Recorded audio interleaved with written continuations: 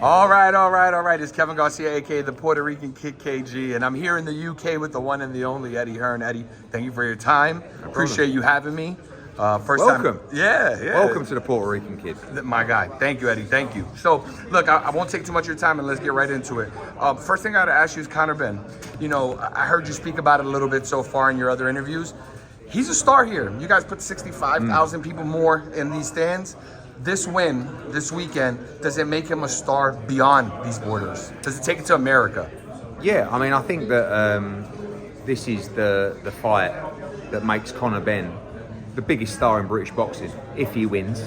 And even globally as well. You know, you got to remember, all the eyes of the boxing world are going to be on this fight. You know, he's a welterweight stepping up to middleweight, the family history, the narrative, the competitive instincts of the fight, everything. And Conor Benn's got it all. So, yeah, it's a big fight. I mean, I'm not really looking at this fight as like his breakout fight. I just want him to win. Like, there's so much on this fight for him personally. And that's what matters. No, for sure.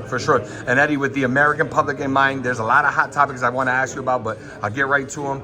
Curmel Moton. Yeah. We saw the back and forth online. Can you elaborate when you say he smashed them? Yeah. What happened in that sparring? That's what I heard from Giorgio Vizioli and his team.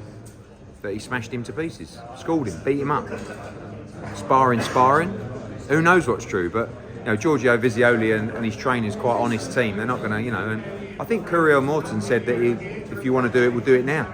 Yeah. Well, we'll do it now. No problem. We'll do Vizioli against Moton. It's a great fight. Let's do it. Let's roll the dice. There you go. I had to actually clear it up because from what I read, it sounded like you saw it maybe, but you're saying I didn't see it. No. Okay. But you know, you got all of the training team. You know, I had a nice report. Maybe I shouldn't have said anything because kind of like sparring. But I was in an interview. I'm bigging up my guy, and I heard he smashed him to pieces. But we can put it right. Let's do it. Let's make a fight.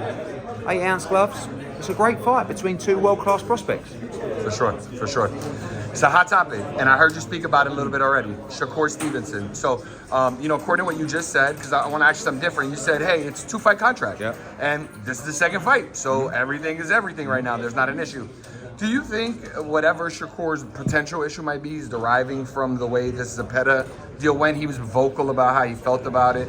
Is there anything to that, or? No, I mean, I think that obviously the fight was going to be in Saudi Arabia originally, and now it's ended up being in New York. You know, those conversations happened personally between His Excellency and Shakur to kind of get over what was said publicly between those two guys. So look, we had an agreement. You know, when we sat with Shakur Stevenson at the Madrimov Crawford fight, we agreed and we papered a 2-fight deal with His Excellency and Shakur. There's no issues. I get on great with Shakur. I think he's one of the best young fighters in the world. And I hope that beyond these 2 fights, we will actually work together through his whole career. But I can't tell you if that's going to happen. All I know is we'll be there to support him July 12th. And after that, hopefully we can extend the contract. Is there anything you can offer as far as how Lou DiBella plays into this? Because it seemed very random when Dane Rayfield reported it. Do you know anything? You'll have to ask Lou DiBella, you know, and Dan Raphael. But you know, I know what we agreed, and that's how it is. Fair enough. Boots. So big win, Boardwalk Hall a couple weeks ago. Obviously, Boots' star has risen even since then. You know, people were kind of talking about wanting to fight him before that fight, and you don't hear as much anymore.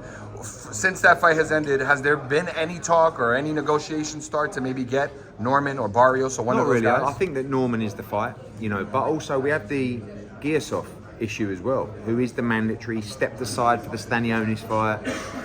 You know, so we've got to deal with that situation as well. So we'll have to see, and we're catching up with Boots next week in New York, and we'll plan the future. For me, he's the hottest fighter on the planet right now. You know, young, fierce, incredibly skilled, and now the unified and lineal and Ring Magazine 147-pound champion. It's just the beginning.